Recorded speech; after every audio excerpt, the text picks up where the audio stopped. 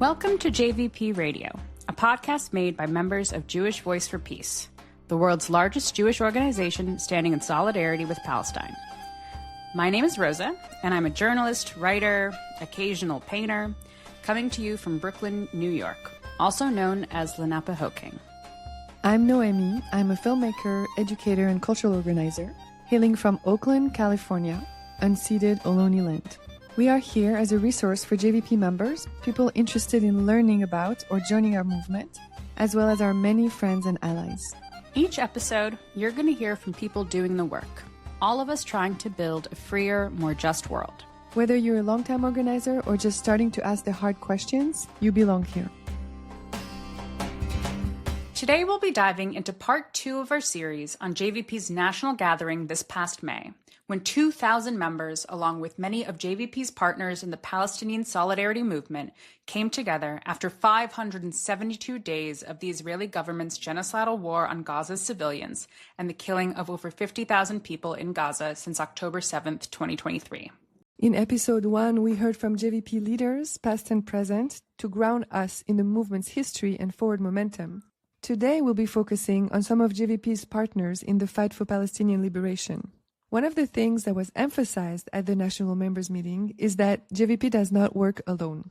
It was really clear that JVP sees itself in a larger movement that is grassroots, multiracial, and crosses class and generational boundaries, and includes everyone invested in the fight to end the U.S.-funded genocide in Gaza, as well as the apartheid and occupation of Palestine as a whole. Another thing that was apparent is that JVP strives to follow the leadership of Palestinian organizations. And later in this podcast, actually, we will be discussing JVP's accountability to Palestinian-led organizations and partners. But today we wanted to share some of what JVP's partners who joined us at the national members meeting had to say. Speaking as someone who got to be there, the NMM felt really special because it gave us the opportunity to come together in person in this moment of profound grief and anger and share strategies and connect with each other as we prepare to double down for this fight. Unfortunately, I was not able to attend the conference in person, but luckily I was able to watch the plenaries, which I invite you to watch as well. They are all linked in the show notes. One activist who I heard in the plenary recordings was Noura Erakat. And if you don't know her already, Erakat is a human rights attorney and an associate professor at Rutgers. She's the author of Justice for Some, Law and the Question of Palestine, and a co-founding editor of Jadaliyya, an electronic magazine on the Middle East. Assalamu alaikum. I've been in a lot of spaces with lawmakers and decision makers in Europe, in the United States, at the UN, in Congress, at the Senate, and it's been really, really sad that in those places they're looking at me and asking me, what can we do? What can we do? And it's like, nah, you aren't serious right now. And what it indicates is a crisis in people feeling that they have no power.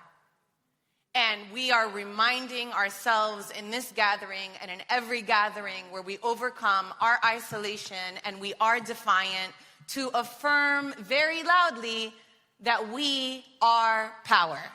We are in real time composing a song that is etched with our feelings, that you're reverberating through us that's coming back from this stage. So as we hear these words, I just want to say that this is a collective moment of a feeling that will forever remain in our bodies, that should remind us that we are power, that we are invincible, that we are victorious. Listening to veterans of the Palestine movement like Noura, it really drove home to me how necessary it is to combat our feelings of overwhelm and despair. And it's easy to feel overwhelmed and despairing, especially now in the fall of 2025, when this episode will air and we're nearly 2 years into the annihilation of Gaza. Hearing Noura speak about our power, it shrunk my own despair just a little. But she also made it clear that power is concrete. It's not an abstract concept. Real power is built through huge, principled coalitions. And that building process, that's what we're going to dive into with our next speaker, historian Robin D.G. Kelly, who teaches U.S. history at UCLA with a focus on the Black radical tradition. So first and foremost, let's just acknowledge that while our path to this moment has a much longer historical route, What we're dealing with is unprecedented. Secondly, the only way to build workers' power is through solidarity-based, and that is to say, internationalist politics.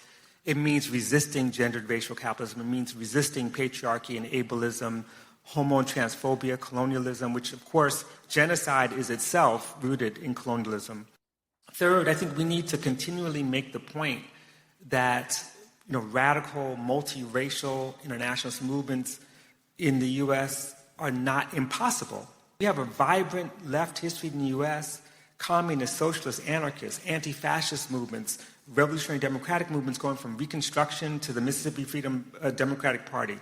Radical movements led by people of color have always been at the forefront of building international class solidarity. And at the same time, not all movements resisting racism, patriarchy, homophobia, etc., embrace the kind of class solidarity that we're talking about today. What we stand for should be more than just self-defense. We should be fighting for the world we're trying to build. We have to have ironclad principles that we do not betray. And we've got to stand up and fight for those principles. The liberation of Palestine is not negotiable. It is not negotiable. And it never will be. There's actually this iconic peace movement poster that has the phrase, "It will be a great day when our schools get all the money they need and the Air Force has to hold a bake sale to buy a bomber." And I keep thinking about that. This is the topic of the next clip from Rashida Tlaib, who is a U.S. representative from Detroit, Michigan, and the first Palestinian American elected to Congress. Today I want to talk a little bit about addiction, our country's addiction to war. The President of the United States currently has requested a $1 trillion military budget, the largest military budget in the history of our nation. I know all of you have heard Dr. King say that a nation that continues year after year spending more money on military defense than on programs of social uplift is approaching spiritual death. Why is it that our government always has enough money for bombs and bombing people to kill people, but never seems to have money to provide people with health care? And I don't know why it continues to be controversial to say we must stop bombing people. I still remember in the early days of the genocide, we couldn't even say ceasefire. So to say I don't want our tax dollars used to dismember children or stop killing them, that should not be controversial. We know that every life is sacred, no matter somebody's ethnic background or faith. I still remember my CD telling me the story of picking olives next to his Jewish neighbor. That's what I want. I don't want somebody being othered or seen as less than solely because they were born Palestinian. So I'm grateful for all of your voices in this movement. We know that many people around the world are with us, committed to ending the genocide in Gaza, apartheid in all parts of occupied Palestine, and recognizing humanity in every person. This is the time to be more visible and more unapologetic about saying, free, free Palestine. Powerful words. I'm really struck by the reference to Dr. King saying that, a nation that spends more money on war than on social uplift is approaching spiritual death. It reminds me of the fact that Dr. King was assassinated when he was speaking to sanitation workers. Mm-hmm. Labor organizing is what really challenges the system and the interests behind it. And it is the work that we need to be doing of diverting all this money from war into people and into what Rashida Tlaib calls our shared humanity. Unfortunately, we've, for the most part, been witnessing the exact opposite. Erin Efrati, who's JVP's Director of Campaigns and Partnerships, actually spoke precisely about the direct connection between the billions of dollars going to Israel's military, which then flows directly back to weapons manufacturers here in the U.S. We know today that 100% of the military aid package to Israel, of the $38 billion that goes to Israel, is actually being redirected to military corporations here in the United States in the form of contracts. We need to identify our enemies. We need to sharpen our campaigns. We need to demilitarize the U.S., not only Israel. I think the last lesson for us is about us. It's about the people. You know, in Israel, there is a full society that is operating out of what we were taught as kids, which is a settler colonial zero-sum game that says that others can be put to death and to destruction while you thrive. In fact, in Israel, they're saying others have to be put to death and destruction for you to thrive. We have to resist this. We have to get much bigger than what we are. We have to work across movements. We have to rebuild a left, an unapologetic left. And we have to offer off-ramps and roadmaps and a vision for a Judaism beyond Zionism for people that want to join us. We have to play a real counterweight, not only to Jewish Zionist organizations, but for Christian Zionist institutions, for white supremacists, for the current US administration that under false pretenses of defending us are using us as a linchpin for fascism here in the United States. You know, we want everybody to do anything they can to stop this Holocaust that is happening in Gaza and all over Palestine. But the truth is that almost every community in the US is right now under attack. So the real question is, what are we doing for them? How are we showing up now for them? How are we building across our movements? And how are we now showing up out of the principle of what our rabbi, Ruthie Wilson Gilmore, taught us? Life is precious only where life is precious. Thank you so much. Against the war they sell. We'll be closing many of our episodes with a piece of music, poetry, or prayer tied to the show topic that week. Our organizing is grounded in Jewish tradition, where song has the power to uplift, mourn, and bring us together as a community.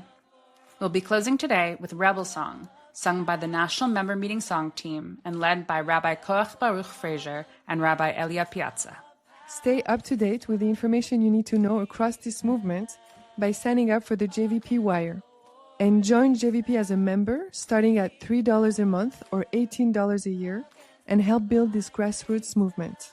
And subscribe to keep up to date with our upcoming full-length episodes. We're going to focus on topics like base building, accountability to our Palestinian partners, and Sephardi and Mizrahi cultural return. In our next episode, we'll be talking about repression with Rabbi Lonnie Kleinman and the longtime civil rights activist and JVP elder, Dottie Zellner. This episode was produced by Favel Rothberg and co-produced and hosted by Noemi Hakim Sarfati and Rosa Schwartzberg. Our show music is by Eleanor Weil and art by Leora Ostroff.